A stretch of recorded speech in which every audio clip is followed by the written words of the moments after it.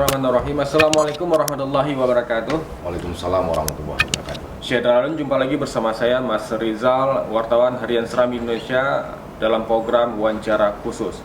Untuk edisi hari ini kita akan kedatangan salah satu tamu ataupun narasumber, yaitu Ketua DPR Aceh, yaitu Dahlan Jamaluddin. Assalamualaikum Bang. Waalaikumsalam warahmatullahi wabarakatuh. Baik, alhamdulillah. Baik, Syederalun, selama beberapa menit ke depan kita akan mengulas berbagai dinamika yang terjadi di Aceh. Yang teranyar yaitu soal polemik anggaran, di mana polemik eksekutif dan legislatif selama ini kerap menjadi tontonan rakyat. Bahkan saat ini sedang berlangsung rapat pembahasan pertanggungjawaban APBA 2020. Lagi-lagi masalah kemudian muncul. Sekda Aceh kerap tidak hadir menghadiri undangan Badan Anggaran DPRA. LSM anti korupsi bahkan menilai sikap Sekda ini tidak etis selaku pejabat tinggi daerah. Nah, apa saja sebenarnya yang terjadi di Provinsi Aceh ini? Berikut kita akan mengulasnya bersama Ketua DPR Aceh, Dahlan Jamaluddin. Baik Bang, ini kalau kita lihat berbagai persoalan kerap terjadi di Aceh ya, yang tidak etis ya kalau kita pertontonkan kepada masyarakat gitu. Sebenarnya apa yang terjadi di Aceh dan bagaimana sebenarnya saat ini pembahasan pertanggungjawaban APBA 2020 yang saat ini sedang berlangsung? Yang pertama, terima kasih Mas atas kesempatan dan wawancara khusus pada siang hari ini. Yang pertama ingin kami sampaikan bahwa penyelenggaraan pemerintahan di Aceh itu eksekutif dan legislatif, gubernur dan DPRA. Ini kehendak konstitusional demikian. Nah, dalam prakteknya mestinya proses saling menghargai, tidak saling menegasikan, itu harus terus berlangsung untuk kepentingan rakyat. Karena masing-masing memiliki tupoksi dan tanggung jawab secara konstitusional dalam rangka menjalankan penyelenggaraan pemerintahan yang pada ujung dan akhirnya itu akan berwujud pada cita-cita kesejahteraan dan keadilan bagi masyarakat. Dan DPRA selaku legislatif memiliki tupoksi juga, baik dalam konteks legislasi, dalam konteks anggaran, dan juga dalam konteks pengawasan.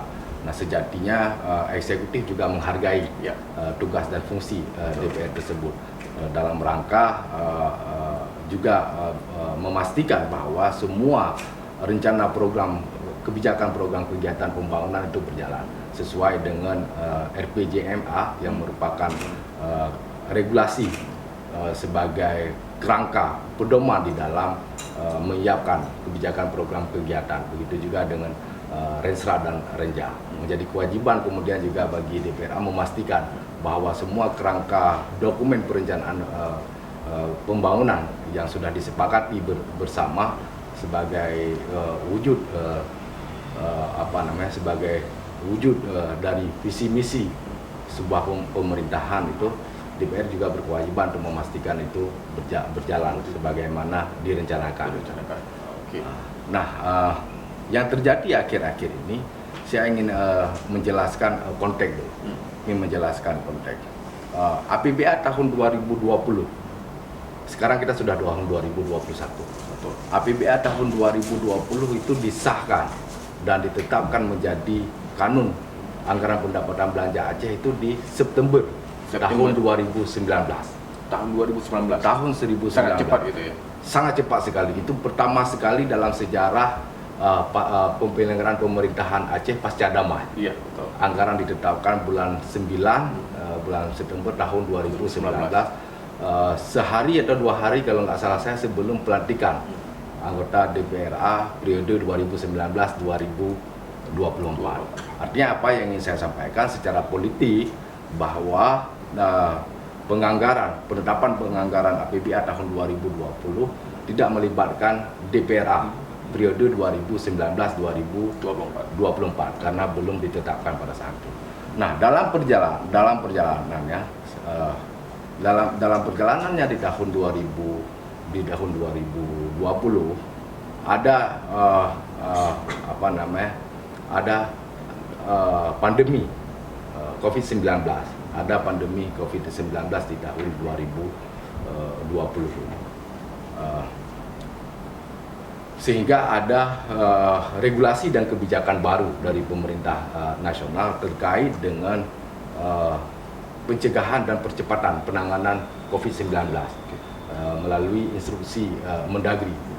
Kemudian juga ada keputusan bersama SKB 2 menteri antara Menteri Dalam Negeri dengan Menteri Keuangan, juga terkait dengan pencegahan dan percepatan penanganan pandemi COVID-19 dalam SKB 2 menteri tentang penyesuaian APBD daerah terkait dengan percepatan dan penanganan pandemi COVID-19 untuk memastikan daya beli dan juga perekonomian nasional.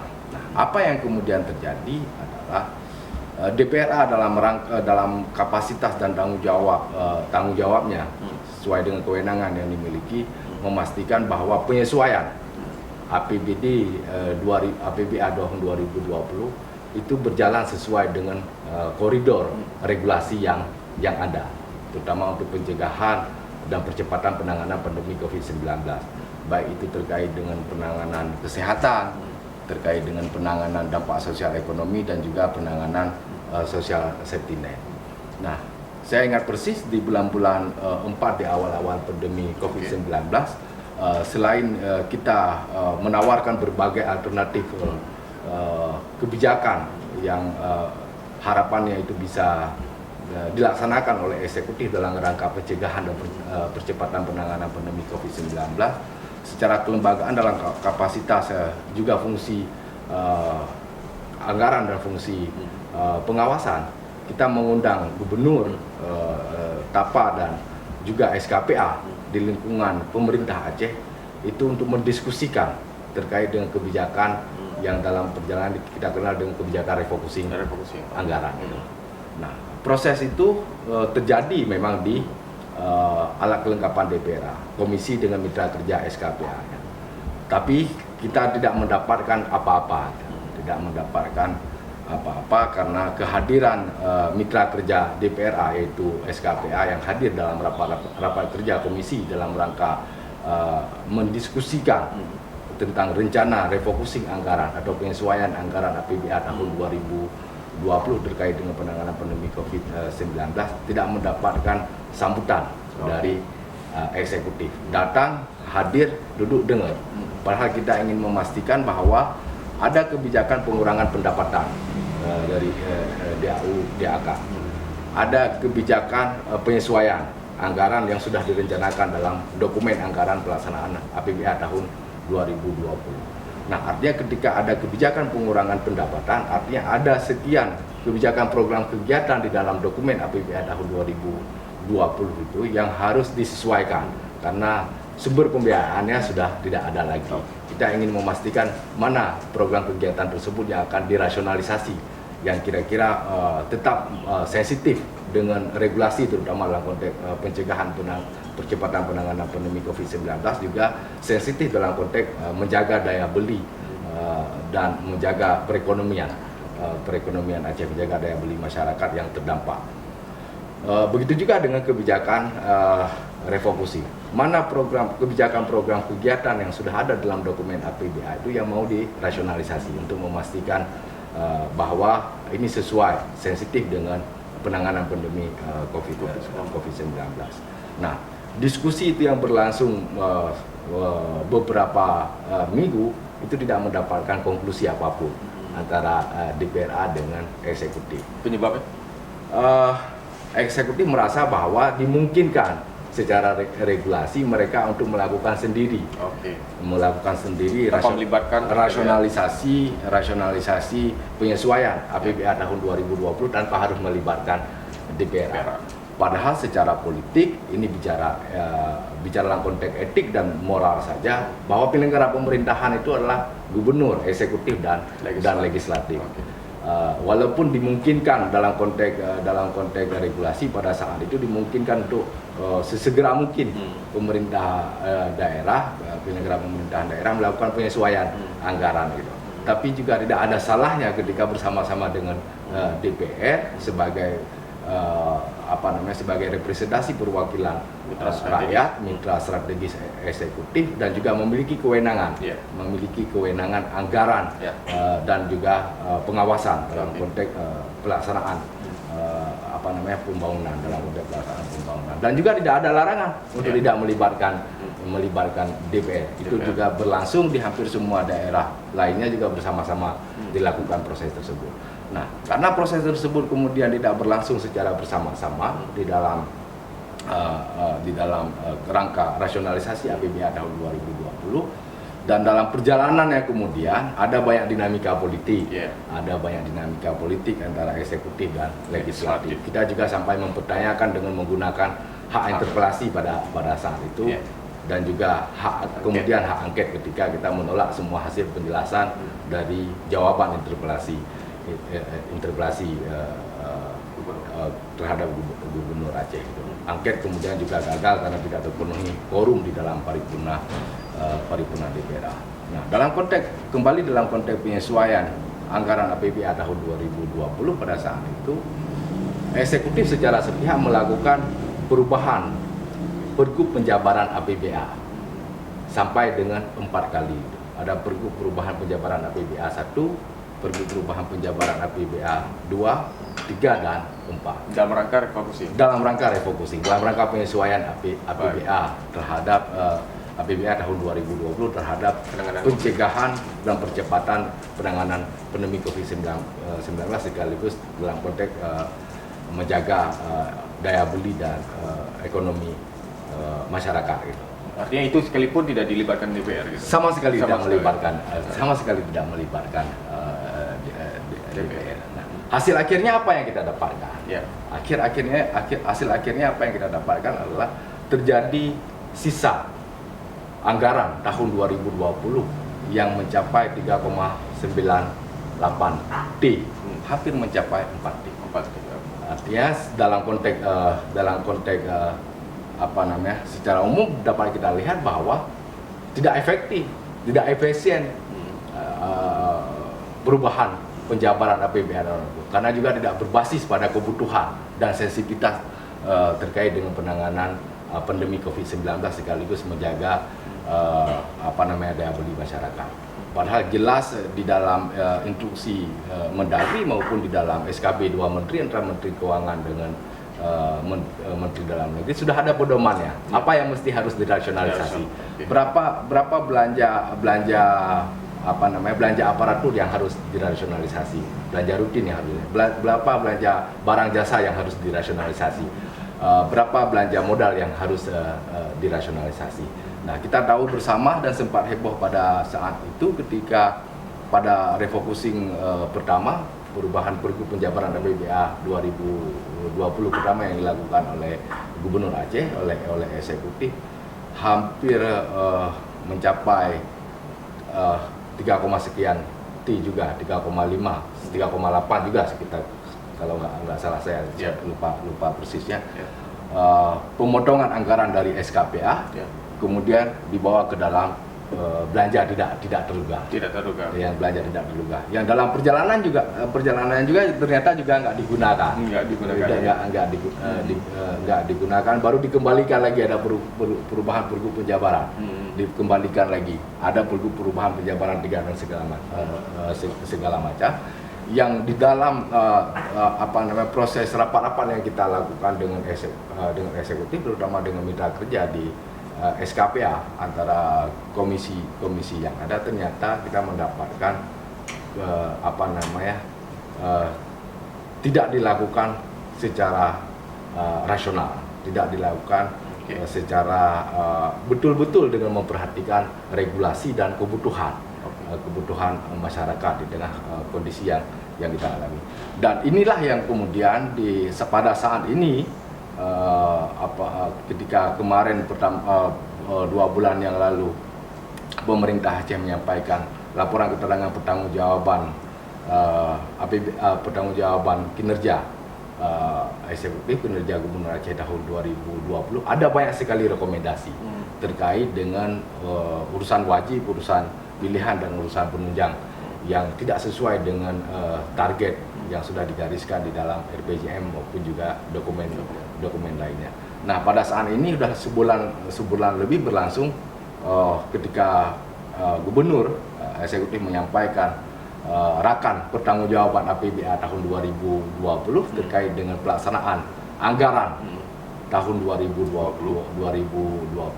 Nah, dinamikanya seperti yang dilihat oleh publik hari ini. Tiap hari kita dengan TAPA, dengan SKPA yang ada, kita coba mengcross kembali terkait dengan kebijakan refocusing. Dan hari-hari terakhir ini sudah mulai kita dapatkan dari semua SKPA, dari semua SKPA itu ternyata memang tidak sensitif dengan penanganan pandemi COVID-19 itu, baik untuk penanganan penanganan kesehatan, penanganan dampak sosial ekonomi, dan juga penanganan sosial safety net. Hanya sekali ada penanganan sosial safety net, bantuan sosial, bansos di dinas sosial ketika awal-awal pandemi COVID-19 yang juga heboh soal karung pada saat itu. Dan pada bansos pada saat itu belum menggunakan hasil rasionalisasi APBA tahun 2020, masih menggunakan BTT yang ada di dalam BTT yang ada dan sudah direncanakan di dalam yang ada di dalam DPA Dinas Pendapatan dan Kekayaan Aceh sebelum refocusing. Memang BTT sudah ada disiapkan. Kabarnya juga anggaran refocusing yang digunakan hanya 25% dari jumlah total 3T. Kita belum pastikan. Tapi yang pasti kita sudah melihat hari ini ada banyak problem di dalam konteks pelaksanaan anggaran APBA tahun 2020. Dan ini prosesnya masih berlangsung, sudah menuju akhir dalam minggu ini sudah bisa kita pastikan bisa selesai. Ada yang bertentangan dengan perundang-undangan? Sejauh ini yang kita lihat, yang pertama terkait dengan pelanggaran terhadap penggunaan dana OSUS. Penggunaan dana OSUS tidak sesuai dengan ketentuan yang ada di Undang-Undang Republik Indonesia Nomor 11 Tahun 2006 maupun Kanun tentang bagi hasil kanun tentang. Dalam konteks apa nih tidak sesuainya? Tidak sesuainya kalau di regulasi disebutkan bahwa penggunaan dana OSUS itu untuk 5 hal: untuk pendidikan, untuk kesehatan, infrastruktur, pemberdayaan ekonomi masyarakat, dan pengurangan angka kemiskinan. Dan pengurangan angka kemiskinan. Yang kita dapatkan banyak sekali penggunaan dana OSUS itu untuk kebutuhan rutin. Belanja pemerintah gitu. Baik itu untuk digunakan untuk pengadaan kendaraan bermotor, digunakan untuk pemeliharaan kantor, digunakan untuk pengadaan perlengkapan kantor dan sebagainya, kemudian digunakan untuk banyak sekali honorarium dalam belanja rutin, dan juga SPBD. Dan SPBD itu terkait dengan penggunaan dana OSUS. Terkait dengan penanganan pandemi COVID-19, kita lihat terkait dengan rasionalisasi anggaran penanganan kesehatan, ternyata yang dirasionalisasi yang untuk kebutuhan dinas itu sendiri gitu.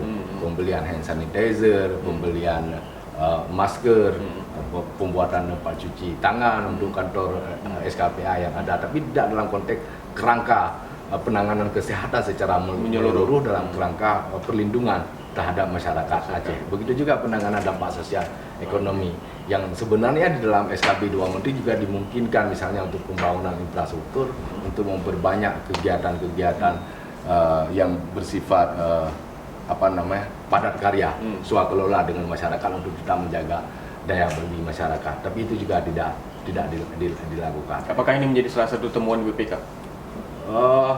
Di BPK juga mendapatkan temuan yang sama. BPK bahkan lebih tegas menyampaikan bahwa kalau nggak salah kalimatnya, bahwa pemerintah Aceh tidak memiliki rencana aksi dan rencana operasi terkait dengan penanganan pandemi COVID-19. Tidak memiliki rencana aksi. tidak memiliki action plan apapun. Dan di awal-awal penanganan COVID-19 banyak sekali di media, banyak sekali DPR itu menyampaikan berbagai saran pendapat, berbagai tawaran alternatif kebijakan yang mesti harus ditempuh, termasuk juga kita memanggil eksekutif dalam berbagai rapat-rapat kerja yang kita lakukan. Tetapi secara sepihak pemerintah Aceh melakukan perubahan terhadap Pergub Penjabaran APBA sampai dengan 4 kali, yang hasil akhirnya kita dapatkan bahwa ada silpa 3,98.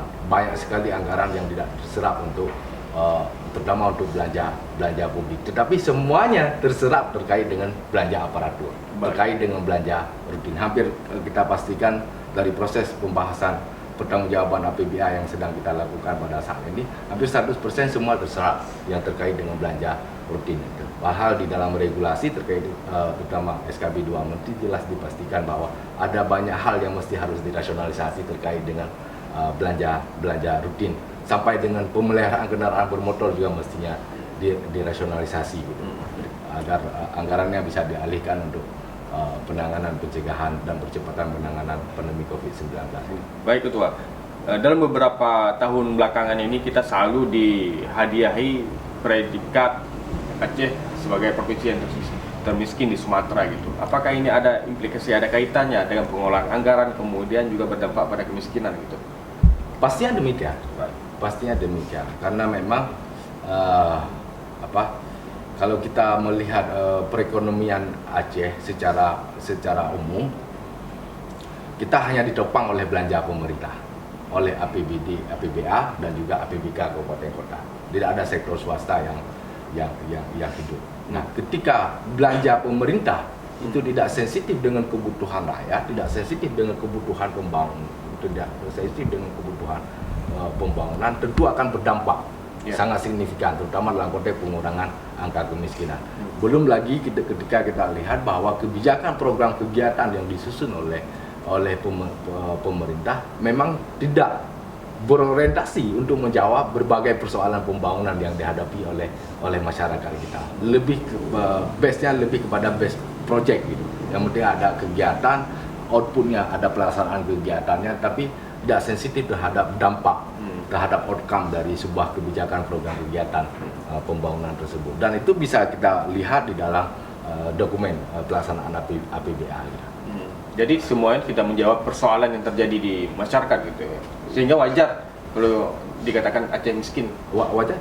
Sangat wajar. Dan kita melihat misalnya tren di penyelenggaraan pemerintah terakhir ini di bawah pemerintahan Pak Irwan di Nova yang tahun kedua sudah langsung dijawab PLT-nya oleh Pak Nova Iransyah, dan hari ini sudah definitif sebagai Gubernur Aceh.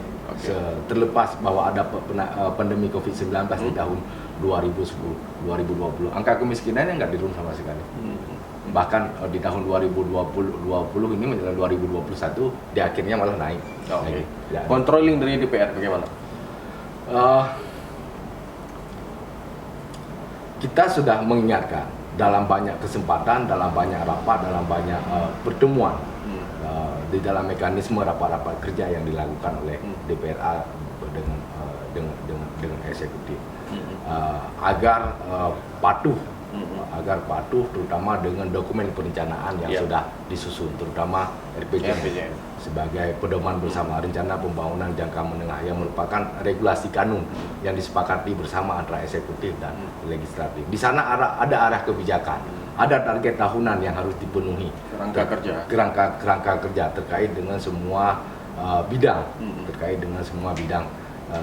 bidang pembangunan. Dan ketika kita evaluasi kemarin di tahun LKPJ tahun 2020, lari semua dari perencanaan awal, dari target dan kebijakan pembangunan itu. Bahkan muncul berbagai proyek mercusuar yang sebenarnya juga tidak ada. Kita tahu ada polemik di tahun 2020 terkait dengan proyek multi-use segala macam yang DPRA juga sempat membatalkan karena menurut kita ada prosedur mekanisme perencanaan penganggaran yang tidak dipenuhi dalam konteks kesepakatan kebijakan proyek multi-use dan lain sebagainya. Ada beberapa kebijakan program lainnya yang kita kritisi yang sangat kencang sekali di tahun 2020. Bahkan DPRA bahkan sampai menggunakan hak angketnya Ya. oleh sebagian besar anggota DPRA pada saat itu. Bahkan sudah ada wacana dalam konteks pemakzulan rencana pembangunan, persoalan yang mereka hadapi segala macam. Nah, dalam perjalanannya sejatinya secara regulasi semua hasil reses itulah yang akan dibawa di dalam musrembang, didiskusikan di musrembang untuk disesuaikan dengan dokumen perencanaan, baik itu RPJM, baik itu Renstra di dinas dan juga Renja. Karena sederhananya dalam konteks perencanaan penganggaran itu ada rencana kerja pemerintah Aceh. Ya. Rencana kerja pemerintah Aceh untuk tahun 2022 gitu misalnya. Ini untuk tahun 2022 baru disampaikan kepada kami. Nah, rencana kerja pemerintah Aceh juga itu harus disepakati bersama dengan DPR, terutama terkait dengan penggunaan dana OSUS. Nah, RKPA itu konkretnya itu adalah kombinasi antara pokok-pokok pikiran anggota dewan yang merupakan usulan dari masyarakat dengan Renstra dinas. Disitulah bentuk kombennya gitu. Sebelum menuju kepada kebijakan umum anggaran, kepada platform anggaran prioritas anggaran sementara, sebelum menuju RAPBA dan APBA untuk didiskusikan bersama. Nah, saya kira tidak pas kalau dikatakan bahwa DPR akan galak ketika pokirnya tidak dilampung. Sesungguhnya sejatinya yang terjadi adalah DPR itu berkewajiban memperjuangkan usulan masyarakat Untuk menginput ya. untuk menginput semua aspirasi masyarakat itu untuk dijadikan sebagai dokumen resmi perencanaan pembangunan. Dan mekanisme yang sudah diatur secara regulasi. Dan eksekutornya itu ada di eksekutif, Bukan legislatif. bukan legislatif gitu. Itu yang kadang salah, seakan-akan DPR ada pokir, seakan-akan itu milik DPR. Bukan, itu adalah milik masyarakat Aceh, merupakan dokumen resmi merupakan dokumen resmi rencana pembangunan yang ada di dalam APBA, yang eksekutornya itu ada di eksekutif. Nah, dalam kasus 2020 itu misalnya, dalam kasus 2020 dengan adanya kebijakan refocusing anggaran, saya incumbent, contohnya. Saya sebagai incumbent di periode sebelumnya yang memiliki pokok-pokok pikiran usulan masyarakat di dalam APBA tahun 2020. Karena tidak sensitif tadi yang saya sampaikan, menegasikan DPRA, tidak terjadi dialog yang konstruktif di dalam rapat kerja sejauh mana proses rasionalisasi dan kebijakan anggaran, apakah itu tetap harus dipertahankan, penting tidaknya, urgensi tidaknya program kegiatan yang sudah ada di dalam dokumen APBA itu ternyata dibersihkan semua. Terjadi refocusing semua gitu. Termasuk karena incumbent hanya 23 orang, yang sisanya tidak lagi kembali menjadi DPR. Sebagian besar itu pokir adalah juga merupakan pokir dari anggota DPR periode sebelumnya di dalam APBA 2020, dibersihkan.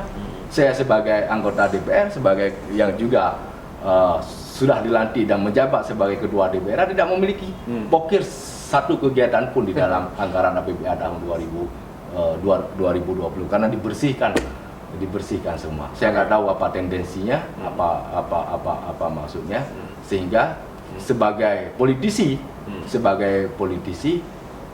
menjadi persoalan bagi saya ketika berhadapan dengan konstituen, ketika saya berhadapan dengan basis konstituen saya, dengan dapil saya sebagai seorang anggota DPRA yang dipilih oleh mereka, apalagi menjabat sebagai pimpinan DPRA, usulan mereka saja tidak tertampung di dalam dokumen APBA tahun 2020. Jadi kadang konteks galak dalam konteks yang demikian itu. Konteks kadang kalau dibahasakan kok tiba-tiba galaknya itu salah satunya. Tapi kita juga sensitif dengan regulasi. Mungkin ekspresi kekecewaan kita juga. Mungkin salah satunya demikian. Gitu. Bagaimana kita mempertanggungjawabkan kepada publik, kepada konstituen, kepada dapil kita yang sudah memilih kita untuk memperjuangkan usulan kegiatan mereka, misalnya jalan lingkungan, jalan infrastruktur yang lain maupun juga program kegiatan pembangunan yang lain tiba-tiba sudah tidak ada lagi di dalam dokumen pelaksanaan anggaran APBA. Padahal itu urgent, baik dalam konteks sensitivitas misalnya kepentingan pembangunan maupun juga sensitivitas dalam konteks penanganan pandemi. Dan bisa didiskusikan bagaimana formulanya dengan tetap memperhatikan ketentuan peraturan perundang-undangan dan regulasi yang ada. Dan tahun 2020 kalau DPRA yang periode dilantik September 2019, periode 2019-2024, tahun 2020 tidak memiliki pokir. Jadi dan hari ini kami itu baru tahun kedua yang periode sekarang itu. Jadi aneh pun kalau publik kemudian menilai bahwa galaknya karena nggak ada pokir itu. Periode tahun 2000, periode DPR 2019-2024 ya sebagian besarnya di luar incumbent itu sebenarnya memang tidak memiliki pokir di tahun 2020 dan tidak ada skema perubahan APBA di tahun 2020 sebenarnya yang sangat dimungkinkan secara regulasi tapi tidak terjadi perubahan APBA tahun 2020 sebagai kanun perubahan APBA tahun 2020 yang ada adalah perubahan pergub penjabaran APBA tahun 2020 secara sepihak yang dilakukan oleh eksekutif sampai dengan 4 kali. Mestinya kalau ada perubahan APBA tahun 2020 dalam bentuk kanun tentu akan tertampung, terutama untuk mengakomodir usulan masyarakat yang menjadi pokok-pokok pikiran anggota DPRA yang dilantik di periode September 2019-2024. Jadi di tahun 2020 nggak ada. Bahkan incumbent pun yang seperti dengan saya juga tidak ada kegiatan. Tidak ada kegiatan. Hanya beberapa kegiatan. Misalnya banyak kegiatan pokir DPRA di Dinas Pendidikan Daerah juga terjadi refocusing yang sangat besar sekali gitu. Hanya beberapa kegiatan dengan nilai yang kecil yang masih tersisa gitu. Baik. Ketua, ini kita di penghujung pengelolaan dana OSUS yang semakin kecil ini kan, OSUS Aceh ini. Tapi peran daripada pemerintah Aceh kita lihat sepertinya belum ada yang signifikan untuk memperjuangkan apakah OSUS ini bisa abadi atau tidak ini. Bagaimana tanggapan Ketua terkait masalah dana OSUS? Itu yang menjadi kekhawatiran kita bersama. Kalau kita mau jujur dengan diri kita, kalau kita buka postur APBA, kita buka postur anggaran pendapatan dan belanja Aceh terkait dengan pendapatan, itu didominasi oleh transfer pusat. Didominasi. Pendapatan kita itu adalah transfer pusat. Kontribusi kita di dalam pendapatan Aceh itu, di anggaran pendapatan itu, kontribusi kita sekitar 16-18% PAA yang menjadi pendapatan asli Aceh. Itu pun dari pajak kendaraan bermotor dan bea balik nama. Kecil sekali dari sektor yang lain, restribusi, ataupun pemasukan. Jika diakumulasikan berapa itu nominalnya? Sekitar 2 triliun setengah kalau nggak salah saya. Nah, sisanya itu 84%, 83%, hampir 85% itu transfer pusat. Baik dari DAU, DAK, dana OSUS yang paling besar dan juga bagi hasil migas itu. Nah, sebentar lagi di tahun 2023 dana OSUS itu tinggal 1% dari DAU nasional itu sampai dengan tahun 2027 akan berakhir sesuai dengan Undang-Undang 11 tahun 2006 tentang pemerintah Aceh itu. Dan di dalam postur APBA selama ini kontribusi OSUS itu sangat besar itu. Sampai 8,5 T kontribusi OSUS untuk belanja pembangunan Aceh. Nah, kalau tahun 2023 tinggal 1% dan sampai hari ini kita tidak melihat ada langkah-langkah konkret dan komprehensif yang dilakukan oleh eksekutif yang tentunya juga bersama-sama dengan legislatif untuk memperjuangkan keberlanjutan dana OSUS, atau paling tidak ada upaya dari pemerintah Aceh termasuk juga DPRA untuk melakukan evaluasi menyeluruh terkait dengan penggunaan dana OSUS selama ini, sehingga kita tahu apa gapnya, apa persoalannya, gitu. Apa mitigasi yang harus kita siapkan, dan juga itu menjadi kerangka pikir dan konsepsi untuk kita kemudian meyakinkan pemerintah pusat. Kenapa OSUS itu tetap harus ada dan menjadi penting, urgen bagi kepentingan pembangunan Aceh. Di tengah angka kemiskinan yang masih tinggi, pengangguran yang masih tinggi, domain ekonomi Aceh yang hanya digerakkan oleh belanja pemerintah, tidak ada investasi, tidak ada sektor swasta dan lain sebagainya. Dan ini harus dilakukan secara terstruktur, secara sistematis, dan juga terpimpin tentunya gitu, bersama-sama oleh eksekutif dan DPR. Tapi kita tidak melihat ada langkah-langkah. Upaya-upaya yang dilakukan oleh DPR untuk mendiskusikan itu tidak mendapatkan sambutan yang hangat di eksekutif. Artinya DPR sudah melakukan upaya-upaya. Sudah melakukan upaya. Kan saya sudah cerita banyak tadi soal bagaimana pola hubungan yang terjadi antara eksekutif dan legislatif di tahun 2020. Termasuk juga agenda politik menyangkut dengan pelaksanaan Pilkada Aceh tahun 2022. Publik juga sudah melihat bagaimana keseriusan DPR untuk untuk memperjuangkannya dan mendiskusikannya dengan pemerintah pusat, bahwa ketentuan di dalam Undang-Undang 11 tahun 2006 itu mengatur tentang pelaksanaan Pilkada Aceh tahun 2022, dan Undang-Undang Nasional terkait dengan pelaksanaan Pilkada serentak yaitu Undang-Undang 10 2016 juga memberikan ruang terkait dengan pelaksanaan Pilkada Aceh di tahun 2022. Tapi begitu tidak sigapnya dan tidak mau ikut sertanya eksekutif di dalam upaya bersama tersebut gitu. Bahkan terakhir kami mengagendakan rapat paripurna terkait dengan kanun pelaksanaan pilkada, karena sesuai dengan perintah UPA bahwa pelaksanaan pilkada Aceh itu diatur dengan kanun, eksekutif menolak untuk diparipurnakan, untuk meminta ditunda untuk pelaksanaan kanun. Nah, saya kira memang butuh kesamaan sikap, kesamaan konsepsi, kesamaan pikir antara stakeholder yang ada di Aceh itu untuk bisa bersama-sama agar karena yang akan mengalami dampak langsung dari ketidakharmonisannya eksekutif legislatif, tidak harmonisnya stakeholder penyelenggara pemerintahan di tingkat atas, dampaknya akan sangat dahsyat yang dirasakan oleh masyarakat.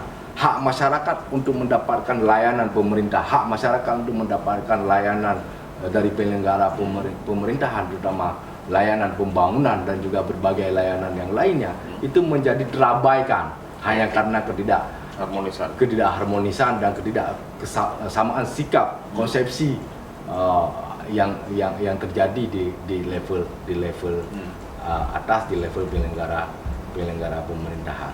Dan ini yang saya kira harus menjadi refleksi kita bersama gitu. Tidak boleh kita untuk saling menegasikan satu sama lain. Menjadi keniscayaan bagi kita untuk harus saling menghargai, saling asuh, mendudukkan persoalan secara objektif. Kalaupun hari ini kita melihat bahwa ada banyak persoalan terkait dengan perjalanan pembangunan Aceh, dan juga persoalan mewujudkan misalnya kehendak politik damai yang lebih besar sebagaimana dimandatkan MOU Helsinki dan UPA pasca kita berdamai di tahun 2005. Mestinya kerangka inilah yang menjadi kerangka bersama untuk kita duduk, kita refleksi, kita evaluasi, kita diskusikan bersama, kita bangun kerangka pikir dan konsepsi bersama, dan inilah yang kemudian menjadi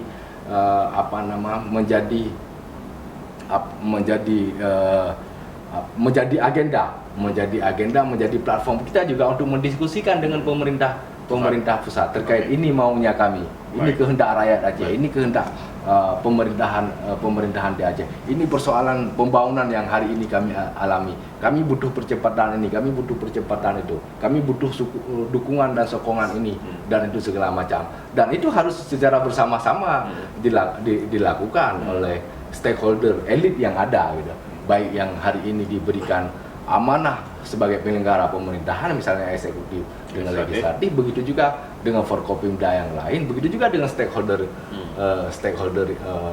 yang lainnya, termasuk juga partai politik yang kadernya itu ada di DPR RI.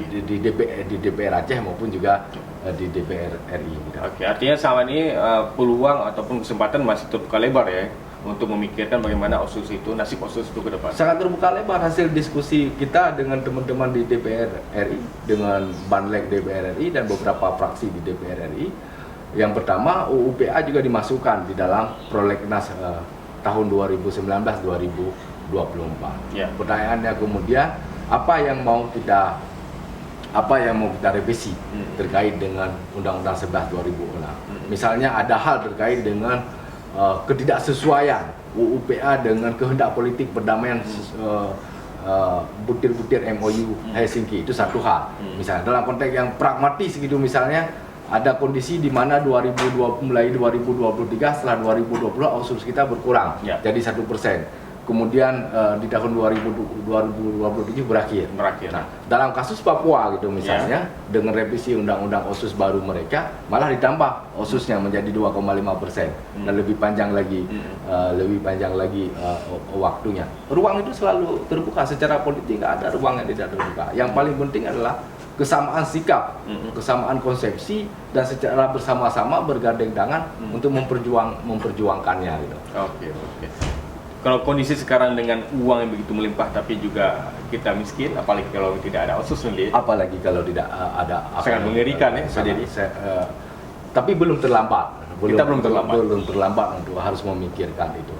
Nah, yang paling penting saya tetap menekankan bahwa butuh kesamaan, butuh kebersamaan, butuh saling sinergi satu sama lain. Baik. Nah, tapi ini kan kadang yang kita alami dalam praktek nyatanya bertolak belakang ya. Bertolak belakang gitu. Misalnya dalam kasus kami gitu, ketika kami melaksanakan tupoksi kami gitu misalnya dalam konteks pembahasan pertanggungjawaban APBA tahun 2020 gitu, publik bisa melihat gitu bagaimana abainya eksekutif gitu.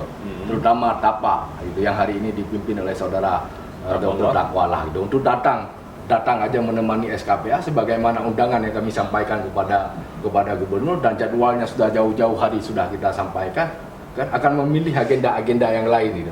Padahal kita membahas adalah dokumen yang disampaikan oleh eksekutif kepada DPR. Kewajiban eksekutif menyampaikan dokumen rakan pertanggungjawaban APBA itu kepada DPR, dan menjadi kewajiban bagi DPR untuk membahas tersebut, memastikan apakah dokumen pertanggungjawaban itu sesuai dengan faktanya atau tidak.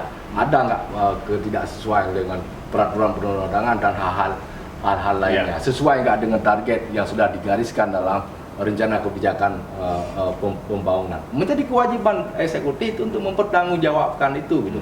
Mempertanggungjawabkan itu kepada legislatif. Itulah check and balance di dalam penyelenggaraan pemerintahan. Tapi begitu abainya saudara Dakwalah, begitu juga tidak begitu menganggap penting eksekutif tidak begitu menganggap penting membahas ini bersama-sama dengan banggar DPRA gitu. Baik Ketua, ada satu lagi pertanyaan mungkin yang akan menjadi pertanyaan penutup ini.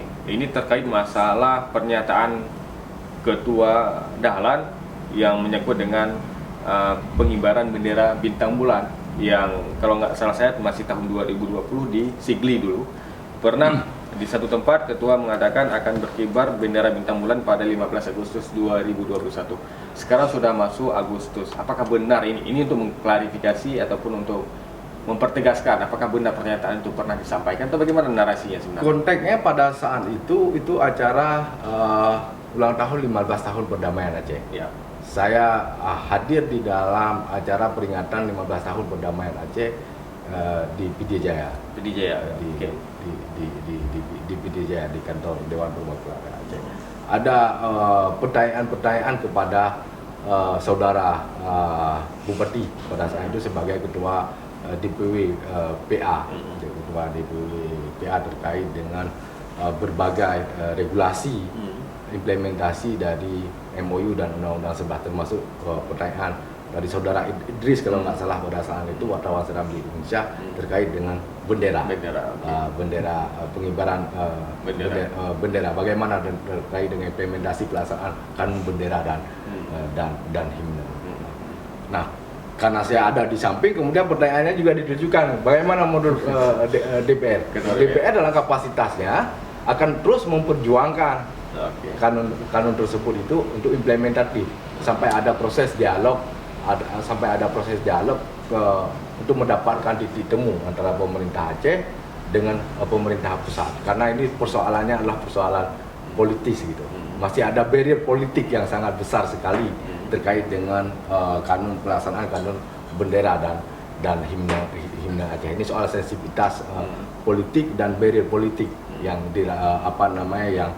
yang masih dirasakan oleh para pihak yang seakan-akan berhadapan itu. Padahal bicara legal formalnya ini adalah kanun yang sejatinya sudah harus implementatif sejak dikanunkan di tahun 2013. Tapi ini kan sudah sangat lama sekali, 2013, sekarang sudah 2021. Satu hal misalnya dalam konteks implementasi itu ada perintah dari kanun terkait dengan teknis pengibaran bendera Aceh tersebut, terkait dengan pengibaran bendera Aceh tersebut diatur dengan peraturan gubernur. Sampai hari ini peraturan gubernurnya nggak ada. Terlepas bahwa tadi saya sampaikan bahwa ada barrier politik gitu ya, ada barrier politik. Nah, terkait dengan teknis pengibaran bendera Aceh itu diatur dengan peraturan gubernur. Itu yang disebutkan dalam kanun. Saya kembali buka kanun tersebut segala macam. Nah, sampai hari ini pergubnya belum ada. Jadi pernyataan pengibaran 15 Agustus 2021. Saya pada saat itu tidak menyampaikan, tapi dalam kapasitas DPR, dalam fungsi legislasi dan fungsi pengawasan, menjadi kewajiban konstitusional bagi DPR Aceh juga mengawasi terkait dengan pelaksanaan peraturan perundang-undangan. Itu konteksnya itu. Mengawasi terkait dengan pelaksanaan peraturan perundang-undangan, termasuk kanun, termasuk pergub, dan kita juga sudah melakukan upaya-upaya itu. Dan beberapa periodisasi pemerintahan, yang ini sudah periodisasi pemerintahan yang ketiga pasca damai atau 2013 pasca disahkan kanun bendera dan lambang Aceh tersebut belum implementatif. Salah satu problemnya itu ada di kekosongan pergub. Pergub itu yang belum dilaksanakan, belum dibuat terkait dengan teknis pengibaran bendera Aceh tersebut. Artinya kita tidak pernah menyatakan bahwasanya tanggal 15 Agustus 2021 ini akan dikibarkan bendera gitu. Saya tidak menyatakan pada itu. Kalau diulang dikutip di bahasa Serambi, saya kira juga DPR Aceh akan berupaya. Konteksnya adalah konteks konstitusional. Bagaimana tugas dan tanggung jawab DPRA, salah satunya tadi pengawasan terhadap pelaksanaan peraturan perundang-undangan, termasuk halnya kanun dan juga pergub. Dan hari ini bahwa pergub tentang teknis pengibaran bendera sebagaimana amanah kanun yang menjadi kewajiban eksekutif itu belum ada gitu. Sehingga juga selain ada barrier politik yang tadi juga menjadi problem ketika misalnya bagaimana teknis pengibarannya. Kalau regulasinya sudah lengkap, itu tinggal soal barrier politik, itu soal pendiskusian gitu. Soal bagaimana mengkomunikasikan, mencari titik temu apa yang menjadi persoalannya. Ini kan harus dibuka, harus didiskusikan secara terang benderang. Jangan lagi menjadi sesuatu yang dalam perspektif yang saling berhadapan gitu. Seakan-akan ada perspektif separatisme di satu sisi, ada perspektif NKRI di satu sisi. Bukan konteks itu. Kalau memang itu konteks itu, ya ayo kita diskusikan. Ada apa sebenarnya dengan persoalan bendera Aceh itu. Barrier itu ya harus dibuka. Publik juga harus tahu, pemerintah Aceh, pemerintah stakeholder yang ada di Aceh, stakeholder yang ada di nasional juga harus terbuka dengan itu untuk mendiskusikan. Tidak ada hal yang belum. Kalau tidak boleh, apa kendalanya? Apa persoalannya? Gitu. Begitu juga terkait dengan teknis yang tadi saya sampaikan. Terkait barrier politik juga harus didiskusikan. Harus didiskusikan secara secara terbuka, secara menyeluruh. Nah, ruang-ruang ini yang tidak sepenuhnya hadir. Misalnya di awal-awal kemarin kami ada di DPRA, kita sudah mencoba sampai ke Presiden itu, misalnya sebelum Covid itu, di Maret tahun 2020 mendiskusikan banyak hal terkait dengan implementasi kehendak politik perdamaian sebagaimana tertuang di dalam butir-butir MOU Helsinki, dan Bapak Presiden pada saat itu juga memberikan ruang ini akan terus kita diskusikan, akan terus kita diskusikan untuk mendapatkan kesepemahaman agar ini bisa implementatif. Dan pada saat itu ditunjuk Pak Muldoko sebagai kepala KSP untuk lead terkait dengan hal itu. Cuman pasca itu kan langsung masuk ke pandemi COVID-19, sama ruang-ruang itu tidak terjadi, ruang-ruang pendiskusian dan dialog itu tidak terjadi secara berkesinambungan dan maksimal. Dan menurut saya ini yang harus dimiliki oleh kita di Aceh, gitu. Stakeholder di Aceh harus memiliki kesamaan konsepsi, pemahaman yang saling menghargai satu sama lain, mendialogkan. Ini bukan soal tanggung jawab siapa, bukan soal siapa yang harus disalahkan. Ya. Ini soal bagaimana kita melihat dan menatap Aceh ke depan. Termasuk dalam konteks yang besar tadi adalah bagaimana mewujudkan kehendak politik perdamaian yang hari ini sudah berjalan 16 tahun. Sudah harus ada evaluasi secara menyeluruh, apa yang sudah, apa yang kurang, apa yang mestinya harus terus diperjuangkan, didialogkan, dikomunikasikan. Begitu juga dengan problem yang tadi yang hari ini kita hadapi terkait dengan problem pembangunan itu. Aceh yang miskin, Aceh yang penuh dengan pengangguran, di PM yang rendah, persoalan-persoalan dasar pembangunan yang juga masih kita hadapi. Ini butuh kesamaan sikap, butuh kesamaan konsepsi, butuh kesamaan pemahaman, butuh upaya kita untuk saling bersinergi untuk menjawab itu dengan semua stakeholder. Baik. Dan ruang politik demokratis itulah yang hari ini ada dan hadir di tengah-tengah kita yang harus kita manfaatkan, tidak dengan saling caci maki, tidak dengan saling menyalahkan satu sama lain, tidak dengan saling menuding satu sama lain dan menunjuk hidung orang bahwa dialah yang harus bertanggung jawab, dialah yang paling bertanggung jawab. Kita semua punya tanggung jawab terhadap masa depan Aceh. Aceh ini seperti apa? Semua kita bertanggung jawab dengan itu sesuai dengan porsi kita masing-masing gitu, sesuai dengan amanah yang juga diberikan kepada kita masing-masing, baik itu pemerintah, baik itu stakeholder yang lain maupun juga kita sebagai rakyat. Sebenarnya bagaimana posisi kita di mata pusat itu? Apakah kita memang sudah hilang arah ataupun hilang posisi di mata pusat gitu, sehingga berbagai masalah yang terjadi di Aceh ini seakan bentur di pusat? Saya tidak melihat itu. Tidak melihat itu. Di nasional ruang politik demokratis itu sangat terbuka dengan lebar. Ya. Malah saya melihat problemnya ada secara subjektif di kita. Subjektif. Kita gagal untuk secara bersama-sama bergandeng tangan, bersinergi satu sama lain untuk membangun yang tadi saya sampaikan, konsepsi bersama, agenda bersama, segala macam, sehingga menjadi pas ketika mendialogkan itu dengan pemerintah pusat. Ini loh keinginan rakyat Aceh, ini loh maunya pemerintah Aceh, ini loh mau persoalan yang kami hadapi, segala macam, sehingga itu mudah orang ketika di nasional juga memahami, dan ini bukanlah kehendak kelompok politik tertentu, dan ini bukanlah kehendak si A atau si B, tapi ini adalah kehendak rakyat Aceh gitu. Maka dari sisi kita sendiri sebenarnya harus memperbaiki bagaimana kita memperkuat konsolidasi, memperkuat saling sinergi, saling bersama-sama tanpa saling menegasikan satu sama lain. Ini yang bahkan saya melihat semakin kesini semakin kurang gitu.